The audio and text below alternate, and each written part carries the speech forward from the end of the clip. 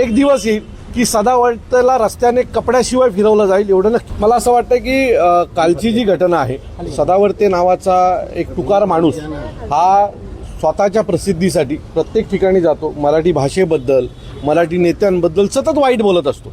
कालही मीरा भाईंदरमध्ये येऊन त्याने तशाच प्रकारचं वक्तव्य करण्याचा प्रयत्न केला आणि तो जो प्रयत्न आहे तो आमच्या महाराष्ट्र सैनिकांनी काल हाडून पाडला. आमचं सचिन असेल, हेमंत असेल, आमची सगळीच टीम काल ही त्याच्या अंगावर गेली. ज्या पद्धतीने पोलिसांनी आमच्या मुलांना काल दाबण्यात आलं, गळे दाबण्यात आले, सो या सगळ्याचा विरोध करण्यासाठी मी आज पोलीस स्टेशनला आलेलो आहे. खरं तर महाराष्ट्र शासनाने किंवा गृह खात्यानेच सदावर्तेला सूचना दिल्या पाहिजेत. ह्या गोष्टी घडतात का, तो कारण नसताना, म्हणजे कुठलाही विषय असो, सदावर्ते आम्हाला मध्ये आणतो, मराठी भाषेला मध्ये आणतो, सतत भाषेच्या विरोधात काम करत असतो आणि तो या सगळ्या गोष्टी, त्याला मिळालेलं संरक्षण याचा गैरफायदा घेऊन खूप जोरजोरात बोलण्याचं काम करतो.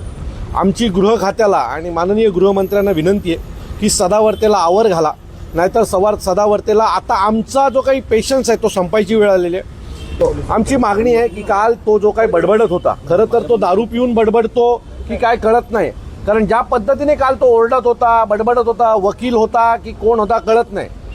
मला असं वाटतंय की ज्या प्रकारे त्याचं बिहेवियर आहे आणि जो तिथे तो बडबडत होता त्याच्या विरोधात देखील आम्ही आता तक्रार केलेली आहे आणि त्याच्यावर गुन्हा दाखल झाला पाहिजे अशी मागणी आम्ही आता नवघर पोलीस स्टेशनला केलेली आहे. अपेक्षित आहे की आज संध्याकाळपर्यंत याच्या बाबतीत योग्य ती कारवाई होईल. नाही झाली तर सदावर्तेला आम्ही धोपटल्याशिवाय राहणार नाही. सतत सन्माननीय साहेबांच्या विरोधात बोलणं, आम्ही तर आमच्या पक्षाकडनं एकही माणूस त्याच्याबद्दल समोरून बोलायला जात नाही.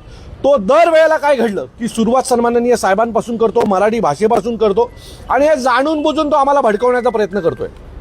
मग जसं मराठी आंदोलकांनी त्याला घरात घुसून मारलं होतं तसं आम्ही मारायची वाट सरकार बघते का? सरकार त्याला समज का नाही देत आहे? काय जाणून बुजून आमच्या अंगावर? त्याला अपेक्षित काय आहे की आम्ही भर रस्त्यात त्याला कपडे काढून मारावं, हे त्याला अपेक्षित आहे का?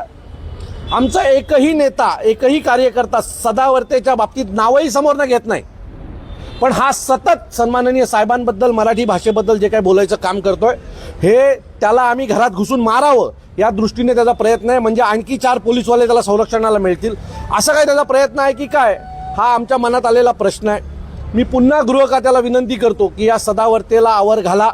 हा आम्ही त्याच्या अंगावर न जाता सतत सन्माननीय राजसाहेबांचं नाव घेऊन महाराष्ट्रामध्ये वातावरण खराब करण्याचं काम करतोय. जर गृह खाता याला समज देणार नसेल तर आम्ही कायदा हातात घेऊ आणि आमची लाताबुक्क्याची भाषा जी आहे ती त्याला समजावून सांगू.